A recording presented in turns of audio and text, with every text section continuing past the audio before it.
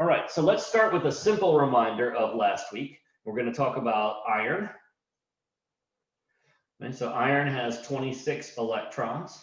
So let's write its electron configuration following the order that we know. You could use your diagram to follow that. If you know how to read it, you can use the periodic table to follow all of this. And I'm sure there'll be a certain amount of memorization that happens too, just whether you intend to or not. All right, so the order of the sublevels is 1s with 2 electrons, 2s with 2 electrons, 2p with 6 electrons, 3s with 2 electrons, 3p with 6 electrons. I'm not done yet, but I want to stop and point something out to you. So some things you can think about before you write an electron configuration that help guide you, or think about while you're writing the electron configuration. I wrote that backwards. Iron is in row 4 on the periodic table. All right, so row 4 means I'm going to see energy level 4 in the configuration. So I need to see at least 4s, because S always comes first in any energy level. All right, the other thing we can look at is that iron is a transition metal. And transition metal means that it's going to end with, oops, got ahead of myself there, with the D sublevel. Okay, so the periodic table is divided into regions, and I'll show you that again. I mentioned it at the end of your cohort class last week, but I'll show you that again in just a minute. If you're not sure, or if you don't understand where that came from, I'll get you.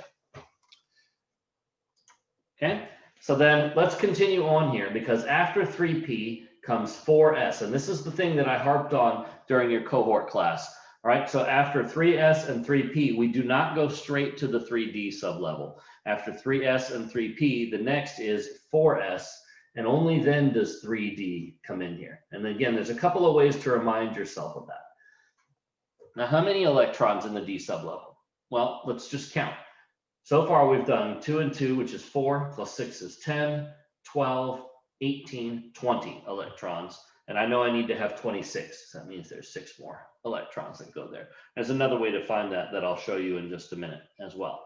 So that's iron's electron configuration. And as long as you can remember the place for the S sublevel and the D sublevel going forward. So in other words, 4s is followed by 3d, just as 5s would be followed by 4d.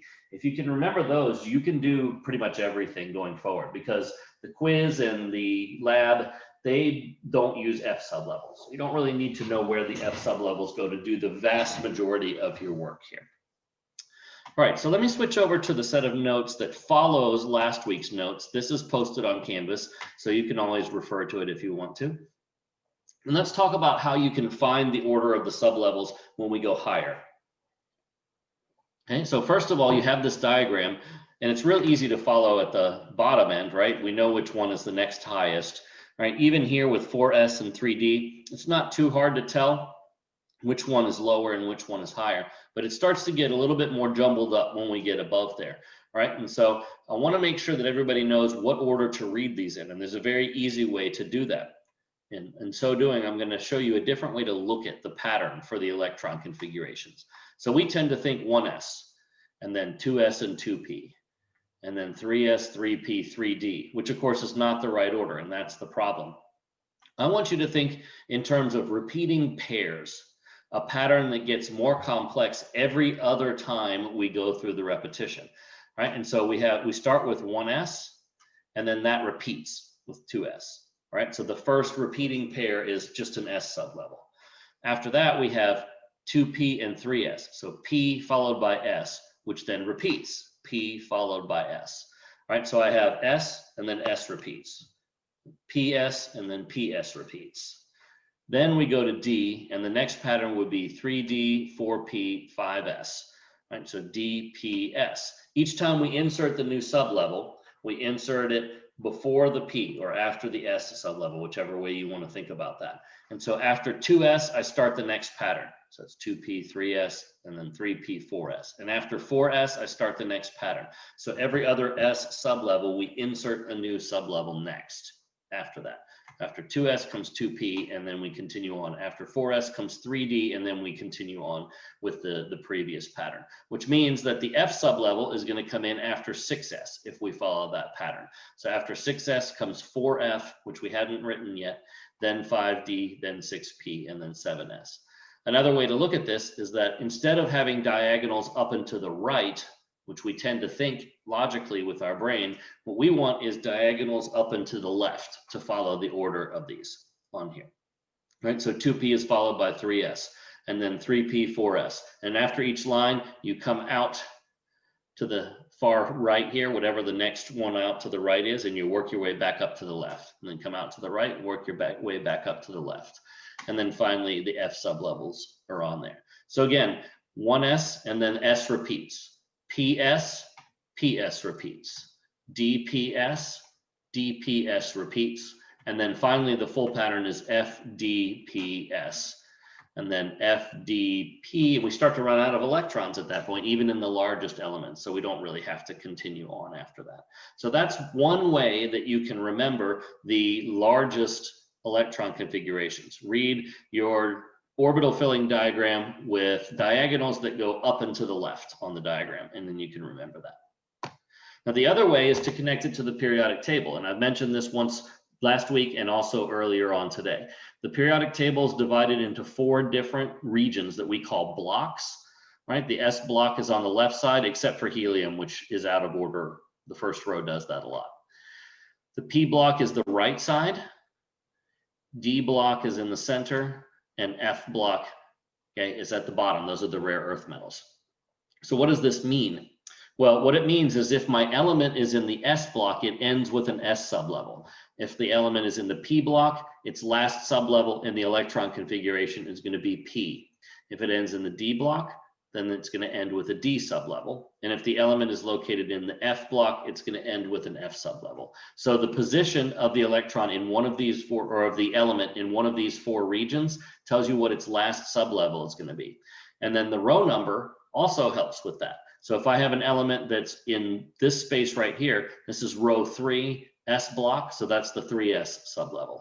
Over here, this would be row 6, P block, that's the 6P sublevel. Remember that D is always behind by 1, so if I'm in row 4, this is 3D. And also we will introduce now the concept that F is behind by 2 rows. So when I'm in row 6, this would be 4F that we follow there. And you can actually count boxes in there to figure out what the number is, right? So when I look at something like iron, iron is right here. Well, let me switch to a full periodic table just so that it's a little bit clearer for you. All right, so S block is on the left, P block is on the right, D block is in the middle, right? And this is how I knew that that iron was going to end with a D sublevel, because it's a transition metal. And any element that's in the transition metals is going to end with a D sublevel. Furthermore, I can figure out that iron ends with D6 because it's 1, 2, 3, 4, 5, 6 boxes in. So that's D6 right there. Okay, what's the principal quantum number for that? Well, if I'm in row 4, this is the 3D, and so that would be 3D6. 4S2 is what comes before it, then 3D6. This helps, by the way, with remembering the order of the sublevels as well. So if you go from top to bottom and left to right on the periodic table, you can step through all the sublevels as long as you know which block is which. So up here is 1S, including helium. 2S is in the next row, and this is 2P. 3S, 3P. So I just go across each row and catalog which sublevels there are. Across row 2, there's an S and a P. Across row 3, there's S and then P.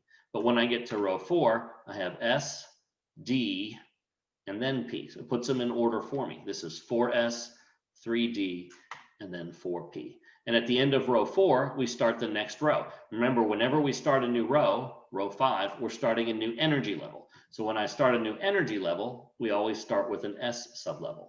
So this is how you remember after a P6, no matter which one it is, 3P6, 4P6, whatever, after P6, the next thing that comes is the next S sublevel, not the D, because this is S first, 5S2, then 4D. The Ds are always behind by 1 row or by 1 energy level. And then finally 5P after that, which means next would be 6S. After 5P6, next would come 6S. And this is where we find the F sublevels here. Now, different periodic tables handle this differently, so be careful. Make sure you understand the format of your periodic table. All right, on this particular one, lanthanum is up here, and then I follow it down below because you have to follow the atomic number. So that's what this little star asterisk here means, right? And so 57, 58, 59. And so this would be 4F1, 4F2, 4F3, 4F4, and so on. On a lot of periodic tables, though, they actually move lanthanum down there and leave a blank space here, and that's your cue that knows that after 6S comes 4F, then 5D, then 6P, and then we repeat that again. 7S, 5F, down at the bottom. That's where neptunium was, right? It's 5F1, oops, 5F1, 2, 3, 4, 5. That's where neptunium is, and we're going to talk about that. All right, so I already know what neptunium's last electron or last sublevel is going to be just by looking it up on the periodic table. Okay, so let's go back.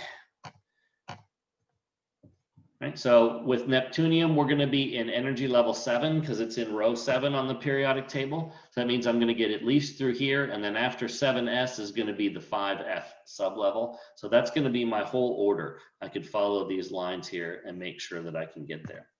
Let me show you neptunium then, written all the way out. And this is as long a problem as I would ever ask you to do, and I don't ask you to do many that are as long as this. So I just want you to practice the F sublevels a couple times. Same with the shortcut I'm getting ready to show you. You don't always have to do it. You don't have to do it at all unless it's specifically requested. All right, so neptunium. Again, we're in row 7 on the periodic table. And this is a rare earth metal. A rare earth metal means it's going to end with an F sublevel. Right? So 1s2, 2s2, 2p6, 3s2, 3p6, 4s2, that's the key right there, and then 3d10 and 4p6. And that brings us to 5s2. And I'm going to scroll over to the next line here because I will run out of space. After 5s comes 4d10. Remember, after 4s comes 3d, so after 5s comes 4d. And then I'm back to 5 for 5p6. Then we get to 6s. And after 6s, if you follow along on your diagram or the periodic table, the next thing is 4f. Remember, level 1 has an S, level 2 has S and P, level 3 has S, P, and D, and level 4 has S, P, D, and now F. So that was missing from the configuration. That's how we know that comes next. After 4F comes 5D, and then 6P, and then 7S. Following along on the diagram. And if I do all that, I'm actually at 88 electrons at that point.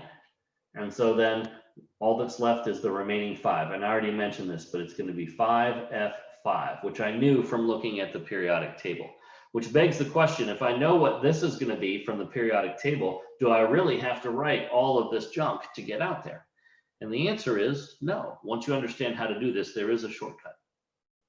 Now I want to emphasize to you again, one more time, there's a different way to look at this pattern, right? And so we have an S sublevel to start, and then the S sublevel repeats. Then the pattern increases. PS, PS. It repeats, right? Each pattern repeats once and then changes.